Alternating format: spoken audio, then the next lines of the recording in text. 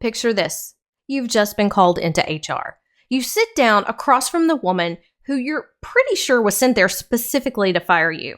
She looks smug. Real smug. Like she already won. But then you open your folder and you slide 16 signed, printed, dated statements from your coworkers across the desk. And her face changes. Oh, we are going to have so much fun with this one today. Our girl is 28 years old, working in an office in England. By all accounts, she's doing well. Good job, better confidence than she used to have, living her life. But to understand this story, we need to go back 4 years. When she was 24, her mom died of breast cancer. And here's the thing. Both her grandmothers had also died of breast cancer. So she went to a specialist for a screening. And the specialist found potentially cancerous cells in one of her breasts. She had options. She could do regular screenings every few months and just wait and see. She could get a single mastectomy on the affected breast, or she could get a bilateral mastectomy, remove all her breast tissue entirely, and basically eliminate the risk. Then she chose option 3. After watching what cancer did to her mom and both her grandmothers, she was not about to wait and see. Now, she was warned there might be some scarring. What she ended up with were 2 large, jagged, bright pink, raised scars across her chest. Each about 1 inch long, half an inch wide, and y'all, it sent her into severe depression. We're talking not leaving her apartment, throwing out her mirrors, getting physically sick at the sight of herself. This was not small.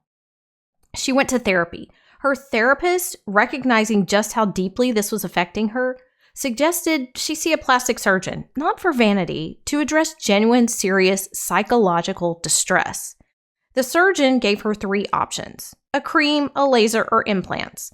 The cream didn't work, the laser was expensive and risky, so she got implants. She'd naturally been an F cup, so she went with a double D, and slowly her confidence came back. Her self-esteem came back. She could look at herself in the mirror again. She did not owe anyone an explanation for this. Remember that later. Fast forward to the present day. She's at work, chatting with an old friend, and they're planning a holiday. Her friend makes a lighthearted joke about flying with implants, and her coworker, let's call her Jill, overhears. By the end of that workday, the entire office knew she had implants. Now, Jill didn't know about the cancer, didn't know about the mastectomy, didn't know about the scars or the depression or any of it. And Jill did not ask. Instead, Jill decided she had been personally called to judge. Over the next 3 months, Jill made comments. Constantly. She told coworkers our girl had more plastic than Barbie. She called her fake in 2 ways, and I need you to really sit with this one. She referred to her behind her back as a sack of silicone. She asked Jill to stop multiple times, but every single one of those conversations happened in the elevator or the women's bathroom. No cameras, no witnesses, just Jill nodding and then doing it again the next day. 3 months of this, at least 3 comments a week, and then comes the lunchroom. Our girl, Jill, and a few coworkers are having lunch together. She says something referring to a situation as shallow, and Jill looks right at her chest and says, "You'd know something about being shallow," and something snapped. She put down her food, looked at Jill, and said, and I want you to hear every single word of this. "Do you know why I have these? A few years ago, doctors found potentially cancerous cells in my breast tissue. I was advised to get a mastectomy and was left with huge, ugly scars on my chest. I went to see a therapist who sent me to a cosmetic surgeon who advised me to get implants to hide the scars, just so I could look at myself in the mirror without crying. So maybe next time when you want to judge someone for having cosmetic surgery, you should ask them why they had to do it first." And she picked up her food and she left. About 1/3 of the office came to her with support after that. The rest told her she was being a bitch for snapping back. She told them Jill had been a bitch long before she was, which is accurate, and I respect it entirely. But then she got an email from HR. They wanted to see her the next day about a hostile work environment.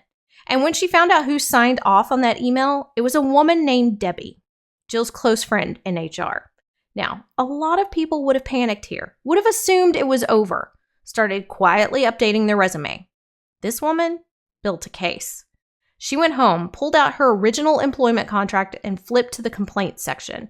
And there, right in black and white, was a clause that said she was contractually entitled to request a different reviewer if she felt her assigned reviewer was biased. They called it an impartial overseer. She photocopied that page, highlighted it, then she messaged every single person who had offered their support. And she asked, HR has called me in. Do you remember Jill making comments about me? And are you willing to write it down and cite it? Not everyone said yes. Jill was somewhat feared in the office. She had connections in HR and management, and people knew it. But about 20 people said yes. She showed up to work early the next morning and collected, printed, signed, dated statements from 16 of them.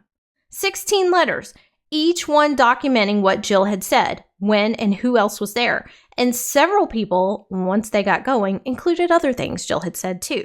Comments about a coworker's weight, something anti-Semitic about another coworker's nose. It turns out Jill had been building quite a record with quite a few people, and now all of it was on paper.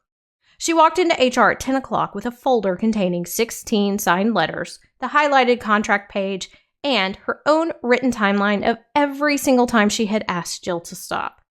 Debbie stood up from her desk, ready to take her into the meeting room, and our girl turned to the other HR worker in the room and said, "So, is my meeting with you then?"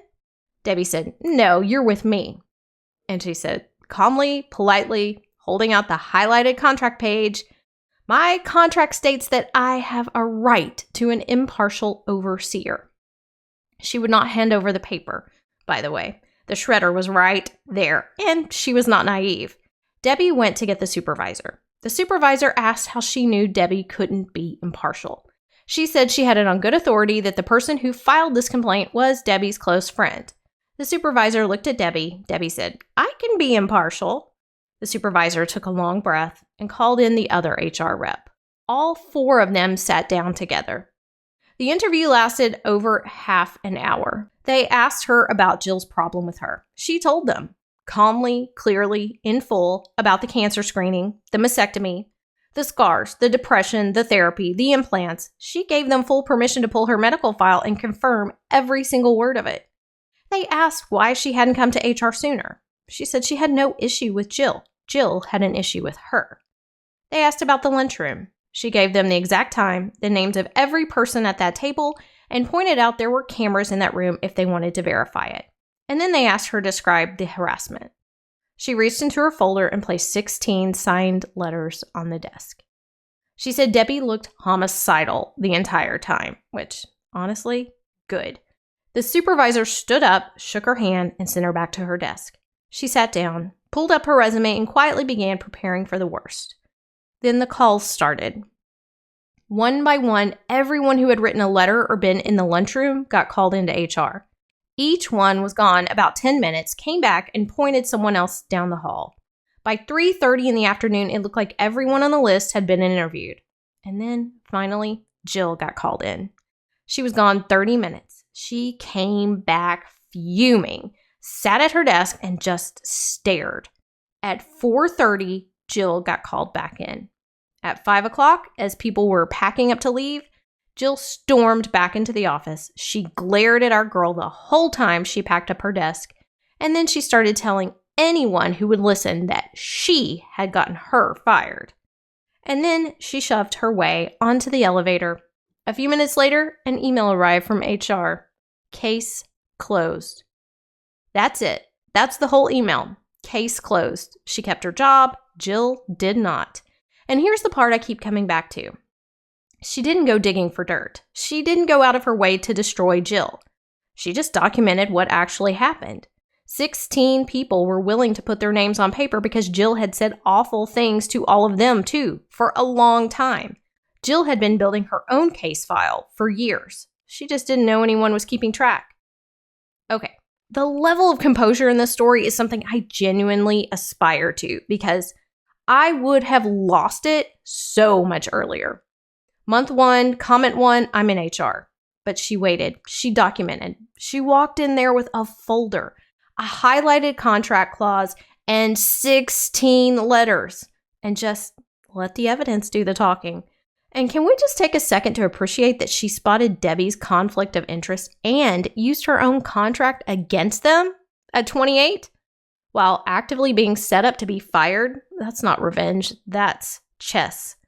Also, she said herself in this edit, she should not have had to explain her medical history to get Jill to stop. That's true. Nobody should have to justify their body to their coworkers. She happened to have a reason that made Jill look like a complete monster. But even if she'd gotten those implants just because she wanted them, Jill still had absolutely no business. Drop a comment below. What would you have done? Would you have held it together as long as she did, or would you have snapped way sooner?